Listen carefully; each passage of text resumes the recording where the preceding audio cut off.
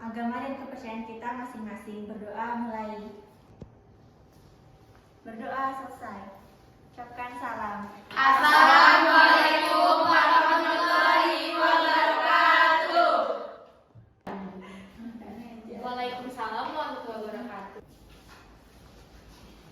Baiklah, hari ini apakah ada yang tidak hadir? Hadir semua, Bu. Baik, langsung saja kita masuk ke materi. Ada yang tahu nggak materi hari ini apa? Saya tahu, Bu. Silakan, Dinda. Keanekaragaman hayati yang ada di Indonesia. Ada yang tahu nggak keanekaragaman hayati itu apa? Saya, Bu. Ya, silakan. Keanekaragaman hayati itu beragamnya hayati flora dan fauna yang ada di Indonesia. Jadi keanekaragaman hayati di Indonesia itu salah satu yang terkaya di dunia. Negara ini dikelilingi oleh keindahan alam yang luar biasa melalui dari hutan-hujan tropis yang lebat hingga terumbu karang yang beraneka ragam. Keanekaragaman hayati di Indonesia terdiri dari berbagai macam flora dan fauna yang unik dan menarik. Keanekaragaman hayati di Indonesia memiliki peran penting dalam mempertahankan ekosistem dan memberikan manfaat yang berharga bagi spesies bagi generasi mendatang. Oleh karena itu, kita semua perlu menjaga keanekaragaman hayati di Indonesia ini. Baiklah, selanjutnya itu ada persebaran flora dan fauna di Indonesia.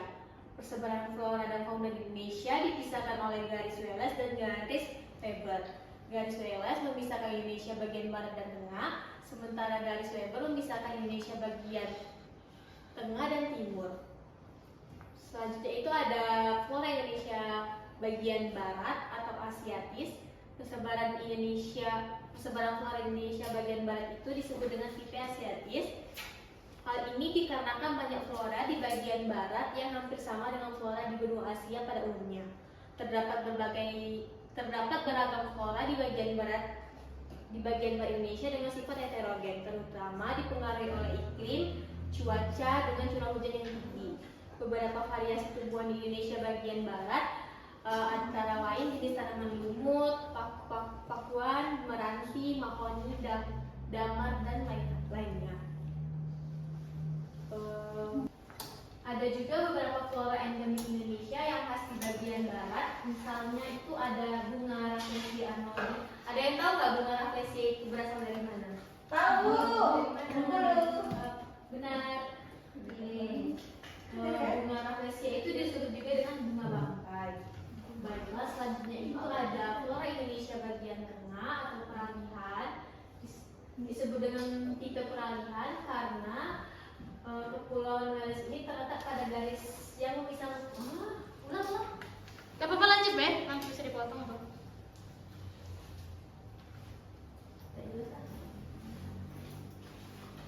Wilayah Indonesia bagian tengah ini meliputi Sulawesi, Bali, dan Nusa Tenggara.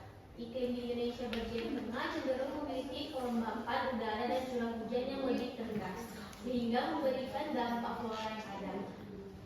Akibatnya, tipe peralihan yang ada pada flora Indonesia bagian tengah ini terdapat banyak didominasi oleh pegunungan, hutan sabana, dan stepa tropis karena curah hujan yang rendah. Adapun variasi tanaman pada flora Indonesia bagian tengah ini berupa rempah-rempah seperti pala, cengkeh, kayu cendana, kayu eboni, anggrek, dan banyak lainnya. Selanjutnya itu ada flora Indonesia bagian timur atau Asiatis. Wilayah Indonesia bagian timur meliputi Papua, Maluku, dan sekitarnya. Iklim yang ada di Indonesia bagian timur didominasi oleh hutan-hujan tropis dan hutan pegunungan. Selain itu juga banyak ditemui tanaman seperti pohon sagu, pohon nipah, dan hutan bakau atau mangrove yang ada di pesisir pantai. Daerah timur Indonesia juga memiliki tanaman khas Australia seperti pohon rasamala, tanaman eukaliptus, serta jenis Pametia pinnata atau Motea yang lazim ditemui di benua Australia. Selanjutnya kita masuk ke persebaran fauna yang ada di Indonesia. Bagian barat. Tipe fauna yang tersebar di bagian ini itu seperti mamalia, reptil, hingga ikan yang banyak ditemui di benua Asia lainnya. Ada banyak pula hewan endemik khas tipe Asiatis di Indonesia wilayah barat. Contoh hewan endemiknya yaitu antara lain adalah badak bercula 1, tapir, harimau Sumatera, siamang, ikan mahaka, molen hutan, harimau loreng, kera gibbon, dan gajah Sumatera. Selanjutnya itu fauna Indonesia bagian tengah atau peralihan. Hewan endemik khas tipe peralihan di wilayah Indonesia bagian tengah ini antara lain adalah komodo, anoa, babi rusa, monyet hantu, burung maleo, dan masih banyak juga yang lainnya. Selanjutnya itu persebaran fauna Indonesia bagian timur.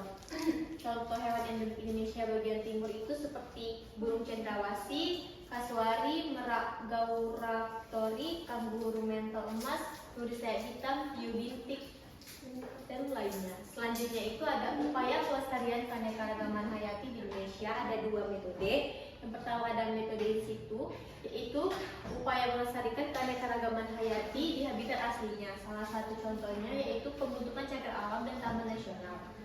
Cagar alam dan taman nasional bertujuan untuk melindungi ekosistem yang tinggal di dalamnya. Selanjutnya itu ada metode ex situ, yaitu merupakan upaya melestarikan keanekaragaman hayati di luar habitat aslinya. Contohnya yaitu konservasi tumbuhan melalui kebun bibit.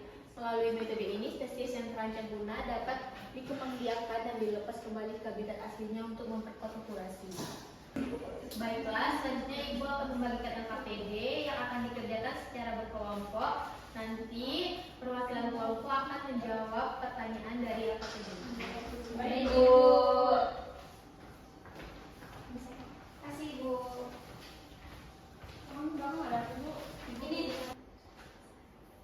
Baiklah, waktunya sudah habis. Siapa yang mau pertama jawab pertanyaan nomor 1? Baik, silakan. Langsung jawaban ya, Bu? Ya, boleh deh. Jadi untuk yang soal pertama itu, menurut Anda bagaimana dampak kerusakan hutan tersebut terhadap keanekaragaman hayati? Untuk jawabannya itu yang pertama ada kepunahan spesies, di mana ketika hutan rusak, habitat alami flora dan fauna hancur. Hal ini menyebabkan hilangnya tempat tinggal dan sumber makanan yang berakibat pada kematian dan kepunahan spesies. Lalu selanjutnya yaitu fragmentasi habitat. Nah, dampak dari fragmentasi habitat ini, hutan yang terfragmentasi menjadi pulau-pulau kecil terisolasi, membatasi pergerakan spesies dan memperlambat reproduksi. Hal ini meningkatkan resiko kepunahan lokal dan inbreeding. Benar sekali ya. Jadi kerusakan hutan itu berdampak pada kepunahan spesies atau keanekaragaman hayati yang ada di Indonesia. Baiklah, nomor 2, siapa yang mau? Saya, Bu. Silakan ya, Dora. Nomor 2 itu menurut Anda, apakah hilangnya lahan hutan dapat menyebabkan terancamnya spesies endemik di Indonesia? Spesies endemik itu bergantung pada hutan untuk tempat tinggal, makanan, dan sumber daya lainnya. Ketika lahan hutan hilang, mereka kehilangan tempat tinggal dan sumber daya yang mereka butuhkan untuk bertahan hidup, Bu. Ya, jadi intinya rusaknya lahan hutan itu berpengaruh pada spesies endemik yang ada di Indonesia. Baik, terima kasih Deborah. Nomor selanjutnya silakan. Saya akan menjawab pertanyaan nomor 3.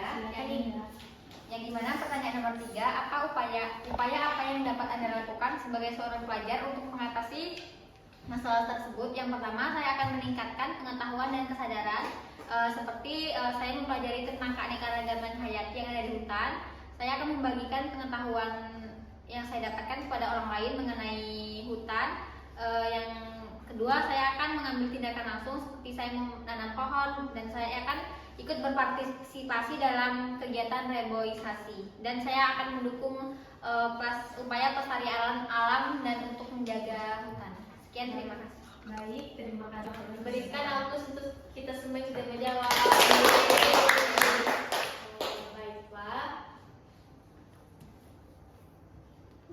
Pelajaran hari ini sudah selesai. Sebelum menutup pelajaran, marilah kita mengucapkan hamdalah. Alhamdulillahirabbil alamin. Sebelum kita tutup pelajaran pada hari ini, silakan ketua kelasnya ikuti doa. Baiklah teman-teman, sebelum kita mengakhiri pelajaran kita pada pagi hari ini, alangkah baiknya kita berdoa menurut